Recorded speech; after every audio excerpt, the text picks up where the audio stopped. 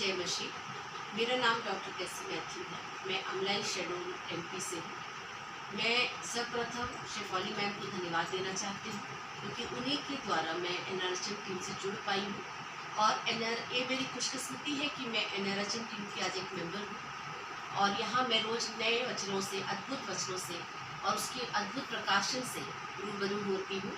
निर्मया जी की इस अद्भुत व चमत्कारिक प्रकाशन से मेरे दिल में को न केवल छुआ अपितु मुझे खुद को जानने व अपने जीवन के उद्देश्य को समझने में मेरी सहायता हुआ और साथ ही साथ प्रभु ने जो इस शरीर में मेरे अधिकार, शरीर में इस पृथ्वी में जन्म लेने के द्वारा मुझे जो अधिकार दिए हैं और जो मुझे प्रभु के सामर्थ्य से उस अधिकार को पूरा करना है, इसका मतलब मैंने समझा, अपने जीवन के लक्ष्य को समझा।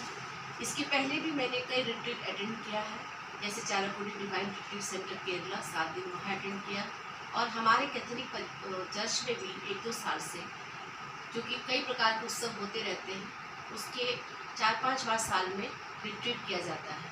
ये रिट्रीट कई बार सिस्टर बाहर से आती हैं, कई फादर्स बाहर से आते हैं, हमें भी वचनों का ज्ञान कराया जाता है।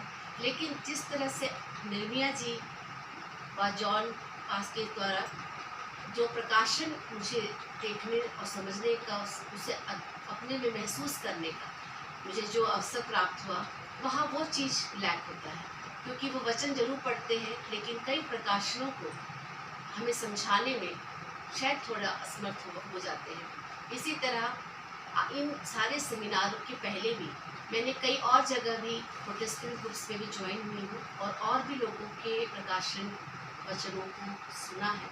लेकिन आपके जो प्रकाशन है वो बहुत ही अद्भुत है और वो उसने मेरे जीवन पे बहुत ज़्यादा परिवर्तन किया है। इस दौरान जबकि कोविड इतना फैला हुआ है, हम सब डरे हुए हैं, हम डॉक्टर्स भी डरे हुए हैं, कई मरीजों को भी हम देख रहे हैं, लेकिन फिर भी हमारे अंदर भी एक भय था। लेकिन आपके द्वारा दिए हुए प्रकाशन के द्वारा मुझे बल मिला।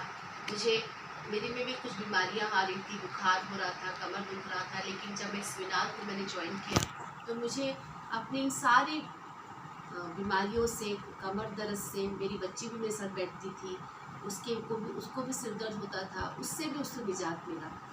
मैंने इस सेमिनार में कुछ बातों को रखना चाहती हूँ जो मैंने इन 6 दिनों में आपसे जाना। सबसे पहले कि मैंने ये सीखा कि अपने जीवन में सबसे पहली प्राथमिकता हमें प्रभु को देना है, पहला स्थान प्रभु को देना है। हमें अज्ञानता से ज्ञान की ओर तथा अंधकार से प्रकाश की ओर आना है, तभी हमें उद्धार प्रभु यीशु के द्वारा मिल सकता है। जब वे वचन के भेदों का प्रकाशन होता है तब हमारे जीवन में छुटकारा प्राप्त होता है, हम सभी बंधनों से आज़ाद हो जाते हैं। जगत की उत्पत्ति से पहले ही परमेश्वर ने हमको चुना हुआ है और वो विशेष उद्देश्य चुना है। उस उद्देश्य को पूरा करना ही हमारा लक्ष्य होना चाहिए। हम हमेशा अपने प्राथमिक चीज़ें जैसे बच्चों की पढ़ाई, उनकी एजुकेशन, हमारा रोटी, कपड़ा, मकान, इस पे ध्यान जाता है। लेकिन ये सब चीज़ें निर्मया जी ने जिस तरह से हमें समझाया कि सेकेंडरी होनी चाहिए। पहली और प्राइमरी चीज़ें हमें प्रभु को पाना, प्रभु को समझना, प्रभु के उद्देश्य को पूरा करना, उन अदन की वाटिका में बने रहना, अदन में रहना, प्रभु के में ही रहना, प्रभु के सामीप्य से, प्रभु की उपस्थिति में ही जीवन बिताना। ये सब आपने इतने अच्छे तरीके से समझाया, इससे मेरे जीवन में बहुत बदलाव आया। मैं और भी सेमिनार आपके अटेंड करना चाहूँगी और मैं कोशिश कर रही हूँ, जहाँ भी मैं कार्य करती हूँ और जिनसे भी दोस्तों से मैं जुड़ी हूँ, उन सबको आपके इस एनआरएचएम टीम के बारे में बता रही हूँ, समझा रही हूँ और मैं कोशिश करूँगी कि उनको भी आपकी टीम से रूबरू करूँ। इसके अलावा प्रभु हमसे क्या चाहता है, हम अपने सामर्थ्य से और अधिक काम करना चाहिए। जितना भी हम करते हैं, वचन को पढ़ते हैं, लेकिन ये सब बहुत कम ही कर पाते हैं। आपने बताया कि हमें अपने सामर्थ्य में आके अपने सामर्थ्य से और अधिक हमें करना है और वो सिर्फ हमें प्रभु के दिए हुए सामर्थ्य से, प्रभु के दिए हुए पवित्र आत्मा के अभिषेक से ही संभव हो सकता है। उसके लिए हमें प्रार्थना करना है। आपने हमें प्रार्थना के महत्व को समझाया, प्रार्थना करना कितना अनिवार्य है, प्रार्थना किस तरह से हर दुष्टात्माओं को दूर करता है, हर बंधनों को तोड़ता है, आपने ये हमें समझाया। पास्टर जॉन ने जिस दिन उन्होंने हमें बताया कि किस तरह से हम विभिन्न भाषाओं में बात करना अनिवार्य है, करना चाहिए। अन्य भाषाओं के बारे में बताया, अन्य भाषाओं के बारे में बताया। उन्होंने बताया किस तरह हम अन्य भाषा के द्वारा खुद में बल प्राप्त कर सकते हैं और अन्य भाषाओं के द्वारा किस तरह हम दूसरों को और प्रभु यीशु के द्वारा तथा प्रभु यीशु से प्राप्त पवित्र आत्मा के द्वारा हम दूसरों तक उस बात को पहुंचा सकते हैं। इन सब बातों के वेदों को खोला बहुत बहुत अद्भुत रहा। हर दिन ऐसा लगा बहुत एक दिन से बढ़कर दूसरा दिन था।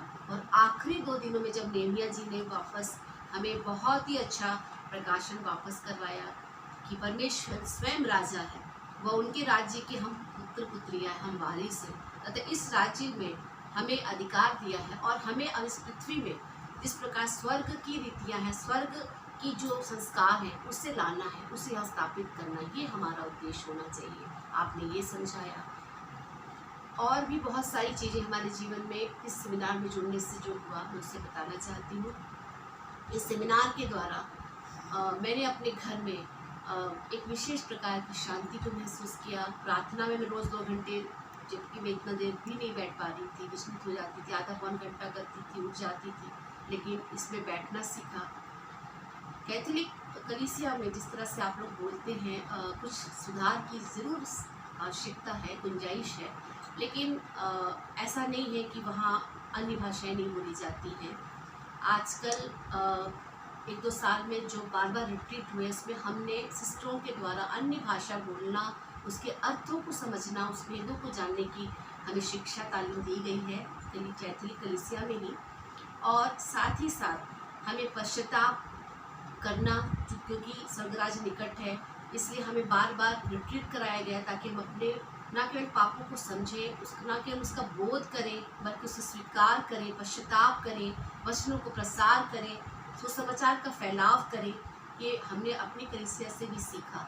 लेकिन आपके जो प्रकाशन है, आप जिस तरह एक वचनों का जो भेद बताते हैं, उसके गूढ़ अर्थों को समझाते हैं, उसके मर्म को हमारे जीवन में बताते हैं, ये सचमुच अद्भुत है और मुझे बहुत अच्छा लगा। और मेरी यही जीवन में कोशिश रहेगी कि मैं आपसे हमेशा जुड़ी रहूं और भी सेमिनार करने में सक्षम हो पाऊँ। यदि प्रभु की मर्जी हुई तो मैं और सेमिनार आपके अटेंड करूँगी और लोगों को भी लाने की कोशिश करूँगी। धन्यवाद।